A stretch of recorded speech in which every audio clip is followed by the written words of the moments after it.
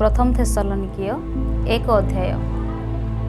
पाउल सिल्लान व तिमोथी पिता ईश्वर व प्रभु जीशु ख्रीष्टଙ୍କ ठारे थिबा थेसलोनिकीय मंडली निकटकू पत्र लिखुअछंती।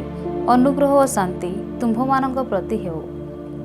थेसलोनिकीयंकर जीवन और विश्वास। आम्भमानଙ୍କ ईश्वर व पिताଙ୍କ छामुरे आम्भेमाने तुम्भमानଙ୍କ विश्वासर कर्म प्रेमर परिश्रम और आम्भमानଙ୍କ प्रभु जीशु ख्रीष्टଙ୍କ संबंधी तुम्भमानଙ୍କ भरोसार धैर्य विषय निरंतर स्मरण करी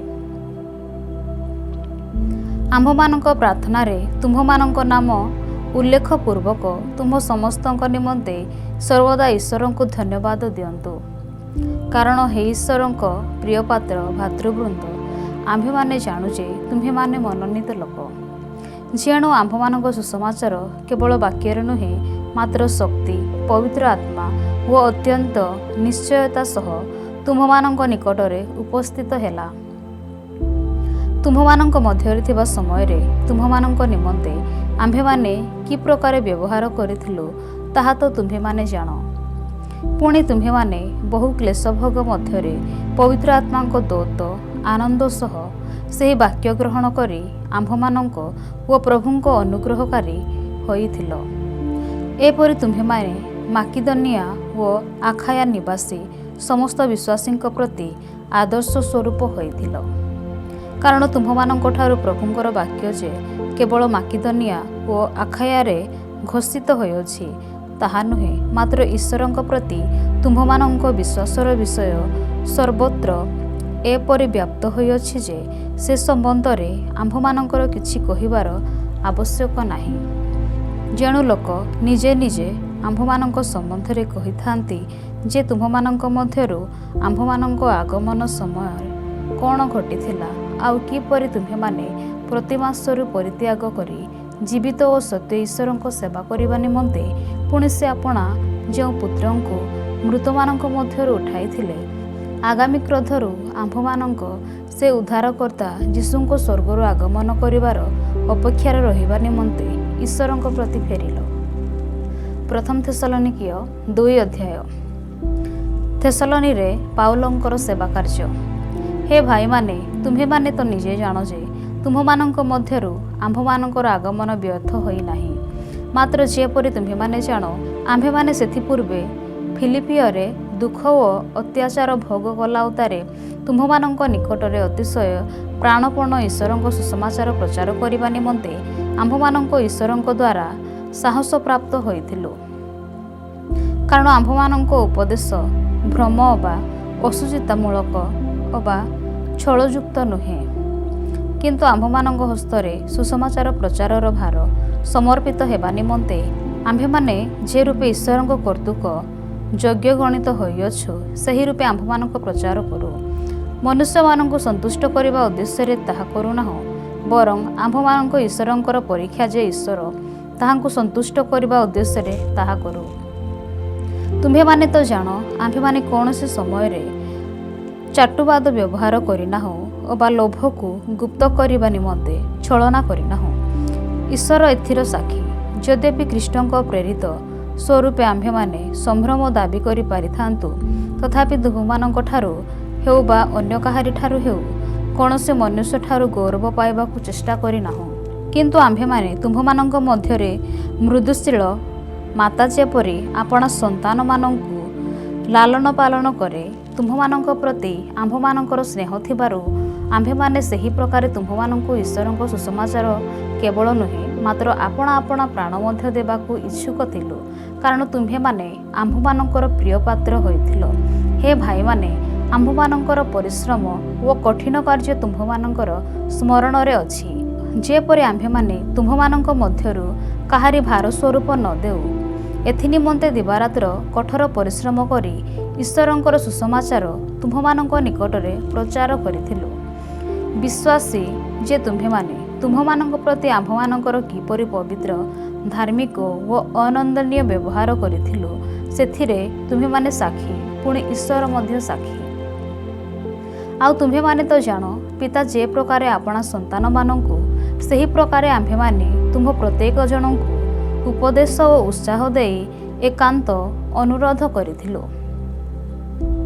ଯେପରି ତୁମ୍ଭେମାନେ ଆହ୍ୱାନକାରୀ ଯେଉଁ ଈଶ୍ୱର ତାହାଙ୍କର ରାଜ୍ୟ ଓ ଗୌରବର ଅଂଶୀ ହେବା ନିମନ୍ତେ ତୁମ୍ଭେମାନେ ତାହାଙ୍କର ଯୋଗ୍ୟ ଆଚରଣ କର। ଆଉ ଏହି କାରଣରୁ ଆମ୍ଭେମାନେ ମଧ୍ୟ ନିରନ୍ତର ଈଶ୍ୱରଙ୍କର ଧନ୍ୟବାଦ କରୁଅଛୁ ଯେ ଯେତେବେଳେ ତୁମ୍ଭେମାନେ ଆମ୍ଭମାନଙ୍କ ଦ୍ୱାରା ପ୍ରଚାରିତ ଈଶ୍ୱରଙ୍କର ବାକ୍ୟ ଗ୍ରହଣ କଲ ସେତେବେଳେ ତାହା ମନୁଷ୍ୟର ସେବା ସ୍ୱରୂପେ ଗ୍ରହଣ ନ କରି ବରଂ ଈଶ୍ୱରଙ୍କର ବାକ୍ୟ ସ୍ୱରୂପେ ଗ୍ରହଣ କରିଥିଲ। ଆଉ ବାସ୍ତବରେ ତାହା ଈଶ୍ୱରଙ୍କର ବାକ୍ୟ ଅଟେ। ପୁଣି ବିଶ୍ୱାସୀ ଯେ ତୁମ୍ଭେମାନେ ତୁମ୍ଭମାନଙ୍କ ଅନ୍ତରରେ ତାହା ମଧ୍ୟ କାର୍ଯ୍ୟ ସାଧନ କରୁଅଛି। କାରଣ ହେ ଭାଇମାନେ ତୁମ୍ଭେମାନେ ଖ୍ରୀଷ୍ଟ ଯୀଶୁଙ୍କଠାରେ ଥିବା ଜିହୁଦା ଦେଶସ୍ଥ ମଣ୍ଡଳୀ ସମୂହର ଅନୁକାରୀ ହୋଇଅଛ। ଯେଣୁ ସେମାନେ ଜିହୁଦୀମାନଙ୍କ ଦ୍ୱାରା ଯେଉଁ ସବୁ ଦୁଃଖ ଭୋଗ କରିଥିଲେ ତୁମ୍ଭେମାନେ ମଧ୍ୟ ସ୍ୱଜାତୀୟମାନଙ୍କ ଦ୍ୱାରା ସେହି ସବୁ ଦୁଃଖ ଭୋଗ କରିଅଛ। ସେହି ଜିହୁଦୀମାନେ ପ୍ରଭୁ ଯୀଶୁଙ୍କୁ ପୁଣି ଭାବବାଦୀମାନଙ୍କୁ ମଧ୍ୟ ବୋଧ କରିଥିଲେ। ଆଉ ଆମ୍ଭମାନଙ୍କୁ ତାଡ଼ନା କଲେ ସେମାନେ ଈଶ୍ୱରଙ୍କ ସନ୍ତୋଷ ପାତ୍ର। ଆଉ ଆମ୍ଭମାନଙ୍କୁ ତାଡ଼ନା କଲେ ସେମାନେ ଈଶ୍ୱରଙ୍କର ଅସନ୍ତୋଷ ପାତ୍ର ଓ ସମସ୍ତ ମାନବ ଜାତିର ବିପକ୍ଷ। କାରଣ ବିଜାତୀୟମାନଙ୍କର ପରିତ୍ରାଣ ନିମନ୍ତେ ସେମାନଙ୍କ ନିକଟରେ ପ୍ରଚାର କରିବାକୁ ସେମାନେ ଆମ୍ଭମାନଙ୍କୁ ବାଧା ଦିଅନ୍ତି। ଏହି ପ୍ରକାର ସେମାନେ ସର୍ବଦା ଆପଣା ଆପଣାର ପାପ ପରିପୂର୍ଣ୍ଣ କରିଥାନ୍ତି, କିନ୍ତୁ ସେମାନଙ୍କ ଉପରେ କ୍ରୋଧ ସମ୍ପୂର୍ଣ୍ଣ ରୂପେ ବର୍ତ୍ତିଲାଣି। ପୁନଃଯାତ୍ରା ପାଇଁ ପାଉଲଙ୍କ ଆଗ୍ରହ। କିନ୍ତୁ ହେ ଭାଇମାନେ ଆମ୍ଭେମାନେ ହୃଦୟରେ ନୁହେଁ ମାତ୍ର ଶରୀରରେ ଅଳ୍ପ ସମୟ ପାଇଁ ତୁମ୍ଭମାନଙ୍କଠାରୁ ବିଚ୍ଛିନ୍ନ ହୋଇଥିବାରୁ ତୁମ୍ଭମାନଙ୍କ ମୁଖ ଦେଖିବାକୁ ଅତ୍ୟନ୍ତ ଆକାଂକ୍ଷା ସହକାରେ ଅଧିକ ଚେଷ୍ଟା କରିଥିଲୁ। ଏ ନିମନ୍ତେ ଆମ୍ଭେମାନେ ତୁମ୍ଭମାନଙ୍କ ନିକଟକୁ ଯିବା ପାଇଁ ମନସ୍ଥ କରିଥିଲୁ। ବିଶେଷରେ ମୁଁ ପାଉଲ ଥରେ ଦୁଇଥର ମନସ୍ଥ କରିଥିଲି, କିନ୍ତୁ ଶୟତାନ ଆମ୍ଭମାନଙ୍କୁ ବାଧା ଦେଲା। କାରଣ ଆମ୍ଭମାନଙ୍କ ପ୍ରଭୁ ଯୀଶୁଙ୍କ ଆଗମନ ସମୟରେ ତାହାଙ୍କ ଛାମୁରେ ଆମ୍ଭମାନଙ୍କର ଭରସା ବା ଆନନ୍ଦ ବା ଦର୍ପର ମୁକୁଟ କ'ଣ ଅଟେ କି ତୁମ୍ଭେମାନେ ନୁହଁ? ତୁମ୍ଭେମାନେ ତ ଆମ୍ଭମାନଙ୍କର ଗୌରବ ଓ ଆନନ୍ଦର କାରଣ ଅଟ। ପ୍ରଥମ ଥେସଲୋନିକୀୟ 3 ଅଧ୍ୟାୟ। ଏ ନିମନ୍ତେ ଆମ୍ଭେମାନେ ଆଉ ସହି ନ ପାରିବାରୁ ଆଥାନିରେ ଏକାକୀ ପଛରେ ରହିବା ପାଇଁ ସ୍ଥିର କଲୁ। ପୁଣି ତୁମ୍ଭମାନଙ୍କୁ ସୁସ୍ଥିର କରିବାକୁ ଓ ତୁମ୍ଭମାନଙ୍କ ବିଶ୍ୱାସ ସମ୍ବନ୍ଧରେ ତୁମ୍ଭମାନଙ୍କୁ ଉତ୍ସାହ ଦେବାକୁ ଖ୍ରୀଷ୍ଟଙ୍କ ସୁସମାଚାର କାର୍ଯ୍ୟରେ ଈଶ୍ୱରଙ୍କର ସହକାର୍ଯ୍ୟକାରୀ ଆମ୍ଭମାନଙ୍କ ଭାଇ ତିମୋଥୀଙ୍କୁ ପଠାଇଲୁ, ଯେପରି କେହି ଏହି ସମସ୍ତ କ୍ଲେଶ ମଧ୍ୟରେ ବିଚଳିତ ନ ହୁଏ। ଆମ୍ଭେମାନେ ସେଥି ନିମନ୍ତେ ନିରୂପିତ ବୋଲି ତୁମ୍ଭେମାନେ ତ ନିଜେ ଜାଣ। କାରଣ ଆମ୍ଭମାନଙ୍କୁ ଯେ କ୍ଲେଶ ଭୋଗ କରିବାକୁ ହେବ ଏହା ଆମ୍ଭେମାନେ ତୁମ୍ଭମାନଙ୍କ ସହିତ ଥିବା ସମୟରେ ହିଁ ତୁମ୍ଭମାନଙ୍କୁ ପୂର୍ବରୁ ଥରକୁ ଥର କହିଥିଲୁ। ପୁଣି ସେହିପରି ଘଟିଅଛି, ଆଉ ତୁମ୍ଭେମାନେ ତାହା ଜାଣ। ଏ ନିମନ୍ତେ କାଳେ ପରୀକ୍ଷକ ତୁମ୍ଭମାନଙ୍କୁ ପରୀକ୍ଷା କରିଥିବ ଓ ଆମ୍ଭମାନଙ୍କ ପରିଶ୍ରମ ବ୍ୟର୍ଥ ହୋଇଥିବ, ଏହା ଆଶଙ୍କା କରି ମୁଁ ମଧ୍ୟ ଆଉ ସହି ନ ପାରିବାରୁ ତୁମ୍ଭମାନଙ୍କ ବିଶ୍ୱାସ ବିଷୟ ଜାଣିବା ପାଇଁ ଲୋକ ପଠାଇଲି। ତିମୋଥୀଙ୍କ ଉତ୍ସାହଜନକ ବିବରଣ। କିନ୍ତୁ ଏବେ ତିମୋଥୀ ତୁମ୍ଭମାନଙ୍କ ନିକଟକୁ ଆମ୍ଭମାନଙ୍କ ନିକଟକୁ ଫେରିଆସି ତୁମ୍ଭମାନଙ୍କ ବିଶ୍ୱାସ ଓ ପ୍ରେମ ସମ୍ବନ୍ଧରେ ପୁଣି ଆମ୍ଭେମାନେ ଯେପରି ତୁମ୍ଭମାନଙ୍କୁ ଦେଖିବାକୁ ଇଚ୍ଛା କରୁଅଛୁ ସେହିପରି ତୁମ୍ଭେମାନେ ସର୍ବଦା ଆମ୍ଭମାନଙ୍କୁ ସାଦରେ ସ୍ମରଣରେ ରଖି ଯେ ଆମ୍ଭମାନଙ୍କୁ ଦେଖିବାକୁ ଇଚ୍ଛା କରୁଅଛ ଏ ବିଷୟରେ ଆମ୍ଭମାନଙ୍କୁ ଶୁଭ ସମ୍ବାଦ ଦେଇଅଛନ୍ତି। ଏ ନିମନ୍ତେ ହେ ଭାଇମାନେ ତୁମ୍ଭମାନଙ୍କ ବିଶ୍ୱାସ ଦ୍ୱାରା ଆମ୍ଭେମାନେ ଆମ୍ଭମାନଙ୍କ ସମସ୍ତ ସଙ୍କଟ ଓ କ୍ଲେଶ ଭୋଗରେ ତୁମ୍ଭମାନଙ୍କ ବିଷୟରେ ସାନ୍ତ୍ୱନା ପ୍ରାପ୍ତ କରିଅଛୁ। କାରଣ ଆମ୍ଭେମାନେ ଏବେ ଜୀବିତ ଯଦି ତୁମ୍ଭେମାନେ ପ୍ରଭୁଙ୍କଠାରେ ସୁସ୍ଥିର ହୋଇଥାଅ। ଆମ୍ଭମାନଙ୍କ ଈଶ୍ୱରଙ୍କ ଛାମୁରେ ତୁମ୍ଭମାନଙ୍କ ସକାଶେ ଆମ୍ଭେମାନେ ଯେ ସମସ୍ତ ଆନନ୍ଦରେ ଆନନ୍ଦିତ ହେଉଅଛୁ ସେଥିର ପ୍ରତିଦାନ ସ୍ୱରୂପେ ତୁମ୍ଭମାନଙ୍କ ନିମନ୍ତେ ଈଶ୍ୱରଙ୍କୁ କିପରି ଧନ୍ୟବାଦ ଦେଇପାରୁ। ତୁମ୍ଭମାନଙ୍କ ବିଶ୍ୱାସରେ ଯାହା କିଛି ଅଣା ଅଛି ତାହା ସମ୍ପୂର୍ଣ୍ଣ କରିବା ନିମନ୍ତେ ଆମ୍ଭେମାନେ ତୁମ୍ଭମାନଙ୍କ ସହିତ ଯେପରି ସାକ୍ଷାତ କରିପାରୁ ଏଥିପାଇଁ ଦିବାରାତ୍ର ଅତିଶୟ ପ୍ରାର୍ଥନା କରୁଅଛୁ। ଆମ୍ଭମାନଙ୍କ ଈଶ୍ୱର ଓ ପିତା ନିଜେ ଆଉ ଆମ୍ଭମାନଙ୍କ ପ୍ରଭୁ ଯୀଶୁ ତୁମ୍ଭମାନଙ୍କ ନିକଟକୁ ଆମ୍ଭମାନଙ୍କର ଗମନର ପଥ ସୁଗମ କରନ୍ତୁ। ଆଉ ତୁମ୍ଭମାନଙ୍କ ପ୍ରତି ଆମ୍ଭମାନଙ୍କର ଯେପରି ପ୍ରେମ ସେହିପରି ପରସ୍ପର ଓ ସମସ୍ତଙ୍କ ପ୍ରତି ପ୍ରେମରେ ପ୍ରଭୁ ତୁମ୍ଭମାନଙ୍କୁ ଆହୁରି ଅଧିକ ରୂପେ ବଢ଼ାଇ ଦିଅନ୍ତୁ। ସେ ତୁମ୍ଭମାନଙ୍କ ହୃଦୟ ସୁସ୍ଥିର କରି ରଖନ୍ତୁ, ଯେପରି ଆମ୍ଭମାନଙ୍କ ପ୍ରଭୁ ଯୀଶୁ ଆପଣା ସମସ୍ତ ସାଧୁଙ୍କ ସହିତ ଆଗମନ କରିବା ସମୟରେ ତୁମ୍ଭେମାନେ ଆମ୍ଭମାନଙ୍କ ଈଶ୍ୱର ଓ ପିତାଙ୍କ ଛାମୁରେ ପବିତ୍ରତାରେ ଅନନ୍ଦନୀୟ ଦେଖାଯିବ। ପ୍ରଥମ ଥେସଲୋନି 4 ଅଧ୍ୟାୟ। ଈଶ୍ୱରଙ୍କ ଦୃଷ୍ଟିରେ ସନ୍ତୋଷଜନକ ଜୀବନ। ଅତଏବ ହେ ଭାଇମାନେ, ଅବଶେଷରେ କି ପ୍ରକାରେ ଆଚରଣ କରି ଈଶ୍ୱରଙ୍କୁ ସନ୍ତୁଷ୍ଟ କରିବା ଉଚିତ ସେ ସମ୍ବନ୍ଧରେ ତୁମ୍ଭେମାନେ ଆମ୍ଭମାନଙ୍କଠାରୁ ଯେ ପ୍ରକାର ଶିକ୍ଷାପ୍ରାପ୍ତ ହେଲ, ଆଉ ତୁମ୍ଭେମାନେ ମଧ୍ୟ ଯେ ପ୍ରକାର ଆଚରଣ କରୁଅଛ, ତଦନୁସାରେ ଆହୁରି ଅଧିକ ଅଗ୍ରସର ହେବା ନିମନ୍ତେ ଆମ୍ଭେମାନେ ପ୍ରଭୁ ଯୀଶୁଙ୍କ ନାମରେ ତୁମ୍ଭମାନଙ୍କୁ ଅନୁରୋଧ କରି ଉତ୍ସାହ ଦେଉଅଛୁ। ଆମ୍ଭେମାନେ ପ୍ରଭୁ ଯୀଶୁଙ୍କ ଦ୍ୱାରା ତୁମ୍ଭମାନଙ୍କୁ କି ଆଦେଶ ଦେଇଥିଲୁ ତାହା ତ ତୁମ୍ଭେମାନେ ଜାଣ। କାରଣ ତୁମ୍ଭେମାନେ ଯେପରି ପବିତ୍ର ହୁଅ, ଏହା ହିଁ ଈଶ୍ୱରଙ୍କ ଇଚ୍ଛା। ଅର୍ଥାତ୍ ତୁମ୍ଭେମାନେ ଯେପରି ବ୍ୟଭିଚାରରୁ ପୃଥକ ରୁହ, ଆଉ ଯେପରି ଈଶ୍ୱରଙ୍କ ସମ୍ବନ୍ଧରେ ଅଜ୍ଞ ବିଜାତୀୟମାନଙ୍କ ପରି କାମାଭିଳାଷ ନ ହୋଇ ପ୍ରତ୍ୟେକ ପବିତ୍ର ଓ ସମାଦର ଭାବରେ ଆପଣା ଆପଣା ନିମନ୍ତେ ଭାର୍ଯ୍ୟା ଗ୍ରହଣ କରିବାକୁ ଜାଣ। ପୁଣି ଯେପରି କେହି ଏ ବିଷୟରେ ସୀମା ଅତିକ୍ରମ କରି ଆପଣା ଭାଇକୁ ପ୍ରବଞ୍ଚନା ନ କରେ, ଯେଣୁ ପ୍ରଭୁ ଏ ସମସ୍ତ ବିଷୟରେ ଦଣ୍ଡଦାତା, ଯେପରି ଆମ୍ଭେମାନେ ପୂର୍ବେ ମଧ୍ୟ ତୁମ୍ଭମାନଙ୍କୁ ଜଣାଇ ସାକ୍ଷ୍ୟ ଦେଇଥିଲୁ। କାରଣ ଈଶ୍ୱର ଆମ୍ଭମାନଙ୍କୁ ଅଶୁଚିତାରେ ଜୀବନଯାପନ କରିବା ନିମନ୍ତେ ଆହ୍ୱାନ ନ କରି ପବିତ୍ର ହେବା ନିମନ୍ତେ ଆହ୍ୱାନ କରିଅଛନ୍ତି। ଅତଏବ ଯେ ଏହା ଅଗ୍ରାହ୍ୟ କରେ ସେ ମନୁଷ୍ୟକୁ ଅଗ୍ରାହ୍ୟ କରିନାହିଁ, ମାତ୍ର ଯେଉଁ ଈଶ୍ୱର ତୁମ୍ଭମାନଙ୍କୁ ଅନ୍ତରରେ ଆପଣା ପବିତ୍ର ଆତ୍ମା ପ୍ରଦାନ କରନ୍ତି ତାହାଙ୍କୁ ଅଗ୍ରାହ୍ୟ କରେ। ଭାତୃପ୍ରେମ ସମ୍ବନ୍ଧରେ ତୁମ୍ଭମାନଙ୍କ ନିକଟକୁ ଲେଖିବା ଆବଶ୍ୟକ ନାହିଁ, କାରଣ ତୁମ୍ଭେମାନେ ପରସ୍ପରକୁ ପ୍ରେମ କରିବା ନିମନ୍ତେ ଈଶ୍ୱରଙ୍କ ଦ୍ୱାରା ନିଜେ ଶିକ୍ଷିତ ହୋଇଅଛ।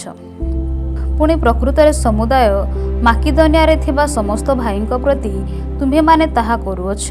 ତଥାପି ହେ ଭାଇମାନେ, ତୁମ୍ଭେମାନେ ଯେପରି ଆହୁରି ଅଧିକ ରୂପେ ତାହା କର। ପୁଣି ତୁମ୍ଭମାନଙ୍କୁ ଦୋତ ଆମ୍ଭମାନଙ୍କର ଆଜ୍ଞାନୁସାରେ ତୁମ୍ଭେମାନେ ଯେପରି ଶାନ୍ତିରେ ବାସ କରି ଆପଣା ଆପଣା କାର୍ଯ୍ୟରେ ଲାଗିବାକୁ ଓ ନିଜ ନିଜ ହାତରେ କାର୍ଯ୍ୟ କରିବାକୁ ମର୍ଯ୍ୟାଦାର ବିଷୟ ମନେକର। ଏ ନିମନ୍ତେ ଆମ୍ଭେମାନେ ତୁମ୍ଭମାନଙ୍କୁ ଅନୁରୋଧ କରୁଅଛୁ, ଯେପରି ବାହାର ଲୋକମାନଙ୍କ ପ୍ରତି ତୁମ୍ଭେମାନେ ସଦାଚାରୀ ହୁଅ, ଆଉ ତୁମ୍ଭମାନଙ୍କର କୌଣସି ଅଭାବ ନ ହୁଏ। ପ୍ରଭୁଙ୍କ ଆଗମନ। ହେ ଭାଇମାନେ, ଭରସାହୀନ ଅନ୍ୟ ସମସ୍ତଙ୍କ ପରି ତୁମ୍ଭେମାନେ ଯେପରି ଶୋକାକୁଳ ନ ହୁଅ, ଏଥି ନିମନ୍ତେ ମହାନିଦ୍ରା ପ୍ରାପ୍ତ ଲୋକମାନଙ୍କ ବିଷୟରେ ତୁମ୍ଭେମାନେ ଯେ ଅଜ୍ଞ ଥାଅ, ଏହା ଆମ୍ଭମାନଙ୍କର ଇଚ୍ଛା ନୁହେଁ। କାରଣ ଯଦି ଆମ୍ଭେମାନେ ବିଶ୍ୱାସ କରୁ ଯେ ଯୀଶୁ ମରି ପୁନର୍ବାର ଉଠିଅଛନ୍ତି, ତେବେ ଈଶ୍ୱର ଯେ ଯୀଶୁଙ୍କ ଦ୍ୱାରା ମହାନିଦ୍ରା ପ୍ରାପ୍ତ ଲୋକମାନଙ୍କୁ ସେହି ପ୍ରକାରେ ତାହାଙ୍କର ସଙ୍ଗରେ ଆଣିବେ, ଏହା ମଧ୍ୟ ବିଶ୍ୱାସ କରିବା ଉଚିତ। ଯେଣୁ ଆମ୍ଭେମାନେ ପ୍ରଭୁଙ୍କ ବାକ୍ୟ ଅନୁସାରେ ତୁମ୍ଭମାନଙ୍କୁ ଏହା କହୁଅଛୁ, ଆମ୍ଭେମାନେ ଯେତେ ଲୋକ ପ୍ରଭୁଙ୍କ ଆଗମନ ପର୍ଯ୍ୟନ୍ତ ଜୀବିତ ରହି ଅବଶିଷ୍ଟ ଥିବୁ, ଆମ୍ଭେମାନେ କୌଣସି ପ୍ରକାରେ ମହାନିଦ୍ରା ପ୍ରାପ୍ତ ଲୋକମାନଙ୍କର ଅଗ୍ରଗାମୀ ହେବୁ ନାହିଁ। କାରଣ ପ୍ରଭୁ ଆପେ ଆଦେଶ ଦେଇ ପ୍ରଧାନ ଦୂତଙ୍କ ସ୍ୱର ଓ ଈଶ୍ୱରଙ୍କ ତୁରୀବାଦ୍ୟ ସହିତ ସ୍ୱର୍ଗରୁ ଅବତରଣ କରିବେ। ସେଥିରେ ଯେଉଁମାନେ ଖ୍ରୀଷ୍ଟଙ୍କଠାରେ ଥାଇ ମରିଅଛନ୍ତି ସେମାନେ ପ୍ରଥମରେ ଉଠିବେ। ପରେ ଆମ୍ଭେମାନେ ଯେତେ ଲୋକ ଜୀବିତ ରହି ଅବଶିଷ୍ଟ ଥିବୁ, ପ୍ରଭୁଙ୍କ ସହିତ ସାକ୍ଷାତ କରିବା ନିମନ୍ତେ ଆମ୍ଭେମାନେ ସେମାନଙ୍କ ସହ ମେଘମାଳାରେ ଶୂନ୍ୟମଣ୍ଡଳକୁ ନୀତ ହେବୁ। ଏହି ପ୍ରକାରେ ଆମ୍ଭେମାନେ ସର୍ବଦା ପ୍ରଭୁଙ୍କ ସହିତ ରହିବୁ। ଅତଏବ ଏହି ସମସ୍ତ ବାକ୍ୟ ଦ୍ୱାରା ତୁମ୍ଭେମାନେ ପରସ୍ପରକୁ ସାନ୍ତ୍ୱନା ଦିଅ। ପ୍ରଥମ ଥେସଲୋନିକୀୟ 5 ଅଧ୍ୟାୟ। ପ୍ରଭୁଙ୍କର ଆଗମନର ଦିନ। କିନ୍ତୁ ହେ ଭାଇମାନେ, କାଳ ଓ ନିର୍ଦ୍ଦିଷ୍ଟ ସମୟ ସମ୍ବନ୍ଧରେ ତୁମ୍ଭମାନଙ୍କ ନିକଟକୁ କିଛି ଲେଖିବାର ଆବଶ୍ୟକ ନାହିଁ। କାରଣ ରାତ୍ରିରେ ଚୋର ଆସିଲା ପରି ପ୍ରଭୁଙ୍କ ଦିନ ଯେ ଆସିବ, ଏହା ତୁମ୍ଭେମାନେ ଉତ୍ତମ ରୂପେ ଜାଣ। ଯେତେବେଳେ ଲୋକ ଶାନ୍ତି ଓ ନିରାପଦ ବୋଲି କହୁଥିବେ, ସେତେବେଳେ ଗର୍ଭବତୀର ପ୍ରସବ ବେଦନା ତୁଲ୍ୟ ହଠାତ୍ ସେମାନଙ୍କର ବିନାଶ ଉପସ୍ଥିତ ହେବ, ଆଉ ସେମାନେ କୌଣସି ପ୍ରକାରେ ରକ୍ଷା ପାଇବେ ନାହିଁ। କିନ୍ତୁ ହେ ଭାଇମାନେ, ତୁମ୍ଭେମାନେ ଅନ୍ଧକାରରେ ନାହିଁ ଯେ ସେହିଦିନ ଚୋର ପରି ଅନପେକ୍ଷିତ ଭାବରେ ତୁମ୍ଭମାନଙ୍କ ନିକଟରେ ଉପସ୍ଥିତ ହେବ। କାରଣ ତୁମ୍ଭେମାନେ ସମସ୍ତେ ଆଲୋକ ଓ ଦିବସର ସନ୍ତାନ, ଆମ୍ଭେମାନେ ରାତ୍ରି କି ଅନ୍ଧକାରର ସନ୍ତାନ ନୋହୁଁ। ଅତଏବ ଆସ ଆମ୍ଭେମାନେ ଅନ୍ୟମାନଙ୍କ ପରି ନିଦ୍ରିତ ନ ହେଉ, ମାତ୍ର ଜାଗ୍ରତ ହୋଇ ସଚେତନ ରହିଥାଉ। ଯେଣୁ ଯେଉଁମାନେ ନିଦ୍ରା ଯାଆନ୍ତି ସେମାନେ ରାତ୍ରିରେ ନିଦ୍ରା ଯାଆନ୍ତି, ଆଉ ଯେଉଁମାନେ ମାତାଳ ହୁଅନ୍ତି ସେମାନେ ରାତ୍ରିରେ ମାତାଳ ହୁଅନ୍ତି। କିନ୍ତୁ ଆସ ଆମ୍ଭେମାନେ ଦିବସର ସନ୍ତାନ ହେବାରୁ ବିଶ୍ୱାସ ଓ ପ୍ରେମ ରୂପ ଉରସ୍ତ୍ରାଣ ପରିଧାନ କରି ପରିତ୍ରାଣର ଭାରସ୍ୱରୂପ ଶିରସ୍ତ୍ରାଣ ମସ୍ତକରେ ଦେଇ ସଚେତନ ରହିଥାଉ। କାରଣ ଈଶ୍ୱର ଆମ୍ଭମାନଙ୍କୁ କ୍ରୋଧର ପାତ୍ର ହେବା ନିମନ୍ତେ ନିରୂପଣ ନ କରି ବରଂ ଆମ୍ଭମାନଙ୍କ ପ୍ରଭୁ ଯୀଶୁ ଖ୍ରୀଷ୍ଟଙ୍କ ଦ୍ୱାରା ପରିତ୍ରାଣ ପ୍ରାପ୍ତ ହେବା ନିମନ୍ତେ ନିରୂପଣ କରିଅଛନ୍ତି। ସେ ଆମ୍ଭମାନଙ୍କ ନିମନ୍ତେ ମୃତ୍ୟୁଭୋଗ କଲେ, ଯେପରି ଆମ୍ଭେମାନେ ଜାଗ୍ରତ ଥାଉ କିମ୍ବା ନିଦ୍ରାଗତ ଥାଉ ତାହାଙ୍କ ସହିତ ଜୀବିତ ରହିବୁ। ଏଣୁ ଯେପରି କହୁଅଛ ସେହିପରି ପରସ୍ପରକୁ ସାନ୍ତ୍ୱନା ଦିଅ, ପୁଣି ପରସ୍ପରର ନିଷ୍ଠା ଜନ୍ମାଅ। ଶେଷ ପରାମର୍ଶ ଏବଂ ଆଶିଷ। ହେ ଭାଇମାନେ, ଆମ୍ଭେମାନେ ତୁମ୍ଭମାନଙ୍କୁ ଅନୁରୋଧ କରୁଅଛୁ, ଯେଉଁମାନେ ତୁମ୍ଭମାନଙ୍କ ମଧ୍ୟରେ ପରିଶ୍ରମ କରନ୍ତି ଓ ପ୍ରଭୁଙ୍କ ସେବାରେ ତୁମ୍ଭମାନଙ୍କ ନେତା ସ୍ୱରୂପେ ନିଯୁକ୍ତ ହୋଇ ତୁମ୍ଭମାନଙ୍କୁ ଚେତନା ଦିଅନ୍ତି, ସେମାନଙ୍କୁ ମାନ୍ୟ କର। ପୁଣି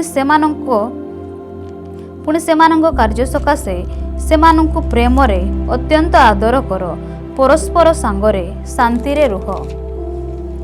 ହେ ଭାଇମାନେ, ଆମ୍ଭେମାନେ ତୁମ୍ଭମାନଙ୍କୁ ନିବେଦନ କରୁଅଛୁ, ଅବିହିତ ଆଚରଣ କରୁଥିବା ଲୋକମାନଙ୍କୁ ଚେତନା ଦିଅ, ସାହସହୀନମାନଙ୍କୁ ସାନ୍ତ୍ୱନା ଦିଅ, ଦୁର୍ବଳମାନଙ୍କ ତତ୍ପନ୍ୟ ସମସ୍ତଙ୍କ ପ୍ରତି ଦୀର୍ଘ ସହିଷ୍ଣୁ ହୁଅ।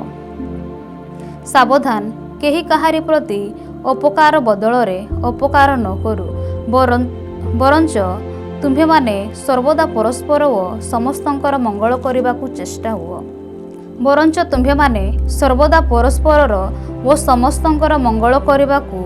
ସଚେଷ୍ଟା ହୁଅ।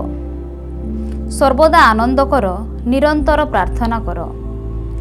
ସବୁ ଅବସ୍ଥାରେ ଧନ୍ୟବାଦ ଦିଅ, କାରଣ ତୁମ୍ଭମାନଙ୍କ ବିଷୟରେ ଖ୍ରୀଷ୍ଟ ଯୀଶୁଙ୍କଠାରେ ଏହା ଈଶ୍ୱରଙ୍କର ଅଭିମତ।